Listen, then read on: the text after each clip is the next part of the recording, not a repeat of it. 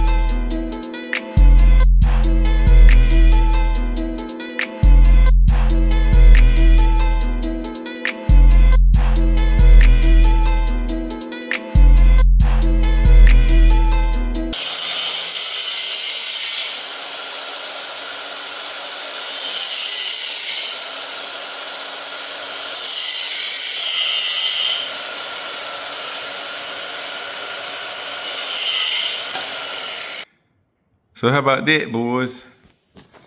Got the drain line made up. Believe it or not, well, you probably believe it. This is my first time making an AN line, guys. My very first time. And it's not too bad. I know people are gonna talk junk because I'm using vice grips and adjustable wrenches, but I don't care if it scratches it up. It's for purpose for me. It's not for looks. So, but yeah, guys, I think we got us one. I mean, it's not kinked. This is like the shortest freaking drain line ever. So that's really good. But yeah, I think this will work just fine, man. I think this will work just fine. The bung isn't tight on the oil pan just yet, as well as it's on the two bolts holding the oil pan. I do have to take the pan back off because I don't have a gasket slash RTV. The gasket maker I had is kind of old and dried up. So I was trying to make it work though. I was messing with the tube trying to get some of it out, but it's so old, man. I'm gonna just get another thing of it, and I want to get some red Loctite, and I'm gonna try that too to see if that helps. But we're gonna dab some red Loctite on it. We're gonna tighten the crap out of it. I may or may not use the gasket maker. I don't feel like I'm gonna need it because, like I said, it's got these rubber grommets. I think if I use the gasket maker, it might interfere with the grommets. I don't know, but either way, I do want to put a dab of red Loctite on that inside thread just to give it a little extra protection against backing out. But other than that, man, the oil pan gasket, and I can actually mount that up permanently and she'll be good to go. But we're moving on along, man. So off camera, I went ahead and got all the exhaust housing bolts tightened down because I know this is the exact way I want the cartridge to sit, completely straight up. I got the drain line is down there. I went ahead and tightened those. I went ahead and tightened these two Allen bolts for both the feed housing piece and the drain housing piece. So those are all tight. I went ahead and tightened this line down. So this is nice and sturdy now. I still need to get like the little, it's almost if it's a wire holder or what, but it's like a clip that you could thread a bolt through it and just slap a 10 mil in there, and that'll hold this across the top of the valve cover like that. Keep that out of the way. But honestly, guys, I'm pretty much at a standstill with the engine until I order I need a valve cover gasket kit, the water pump timing belt, and oil pan gasket, and I'm gonna do a rear main seal and maybe a front main seal. But I gotta order that stuff and get that here. Once we do that, we'll probably just do a video on getting all that stuff done. But for now, this is pretty much where it's gonna rest at. I need to get an adapter for, I'm gonna run, I got a 44 mil gate up here, brand new from them as well, Maxpeedingrods, that I never used this one. This is brand new. I think they sent it to me a while back when my turbo CB7 was having issues, and I believe I ended up using just the Jackspania one, and I have this one brand new. So we'll use that, but I got to get the adapter to convert it from this 38 2 bolt up to a 44 V-band. So I need to try to find that adapter. If I even go that route, I'm still in the air. I want to use that, but depends on how much I'm gonna have to spend on trying to get it to fit. And then I don't know if I'm gonna have more clearancing issues by using the adapter than the gate. I don't know how high I'm allotted to be able to let this sit in this CIVIC engine bay before I have hood issues. Cause you can see, like, if that adapter ain't too high, man, it will work. Like, let's just say the adapter's like that thick. Like, that's not bad, guys. That might clear. Because you got to remember the engine on H2Bs lean forward. So that'll give me a little, like, you'll have more issues with the intake manifold than you will stuff up here. So that may work. Hopefully, like I said, if the adapters aren't too thick, that might work, guys. And then we can just set this bad boy pointing kind of this way, and the up pipe will come up, and we can just use the wastegate right beside it. Be really simple, man. Both pipes in one area, smooth operation. So yeah, I think that's what I'm gonna do as far as that go. But for now, what I am gonna do is I'm gonna jump onto this engine bay, try to, I guess, remove a few more things that I'm not gonna be needing, like this AC stuff. I need to get all of this crap out of the way.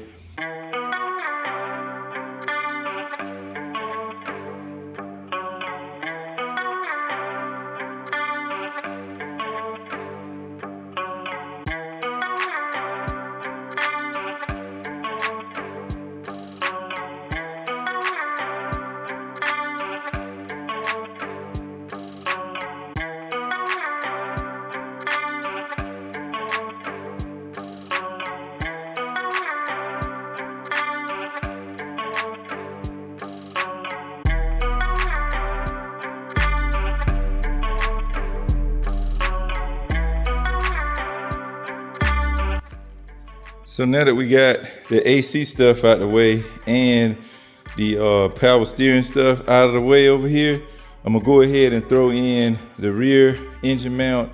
And I don't know, I might put this bracket on this side, but we might have to pull that back off. But I know for sure we can go ahead and throw the rear mount in, just because it's so much easier with the engine out of the car.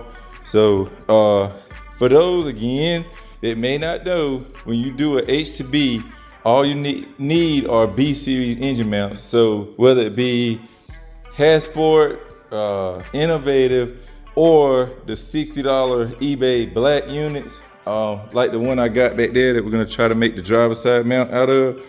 It doesn't matter, guys. You can run whatever mount you choose. Don't let anybody tell you you have to have some type of expensive ass motor mount, because at the end of the day, they all have this poly bushing in the inside and they all work the same way. All it is, bro, is you're converting your H motor.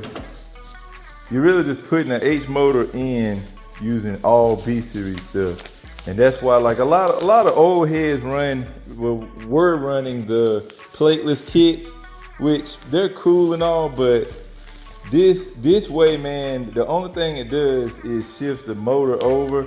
But the way, when you do it with the H2B kit, with the plate, I'm not sure how the plateless works because I've never ran it, but when you do it with the plate kit, like what I have in that box up there, all it does is position the transmission, the B series transmission, exactly where a B swap would go.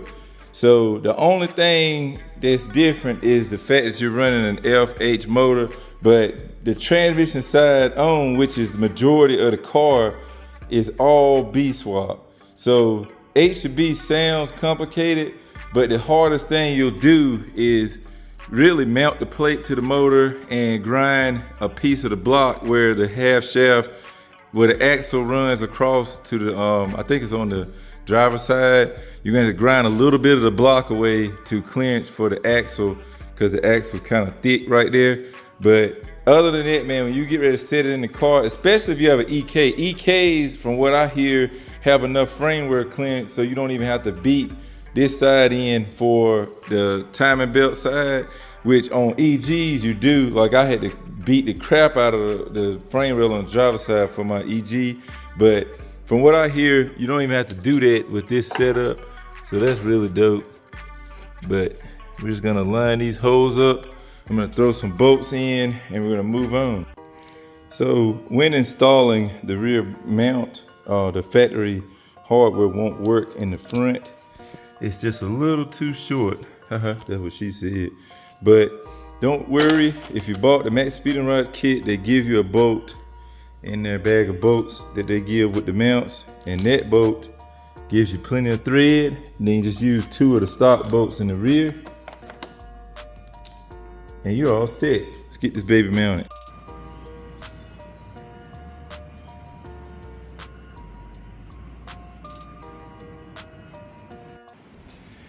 All right, boys, so got this mount just loosely hanging in there. I would like to try to use this mount if possible, just because it fits this bracket, of course, because this is the actual kit.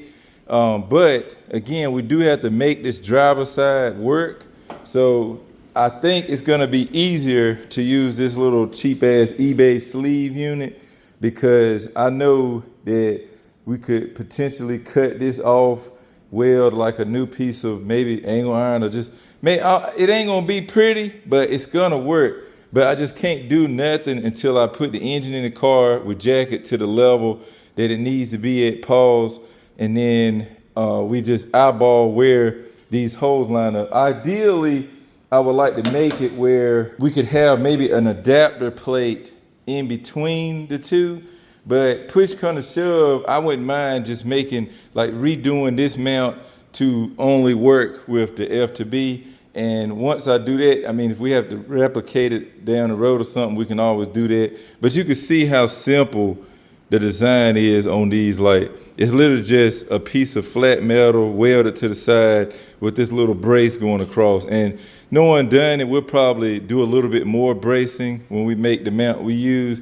But I feel like we can just cut all of this shit off and just start fresh. Again, if necessary, if we can make it work by putting like a spacer or some type of adapter between the two, then we'll do that. We have to see how much room we have to play with and stuff like that. But I do want to use the factory post mount on the engine, just because I feel like that would be the smoothest way for me. I also got this mount on, and as I was putting this on, I realized the transmission has a mount of its own. So there's a bracket somewhere that I'm missing that I need to be able to run the B series transmission. So I gotta just hop on Marketplace, I guess. This is being filmed way after me working on the car earlier, but I came out here because I did a little research and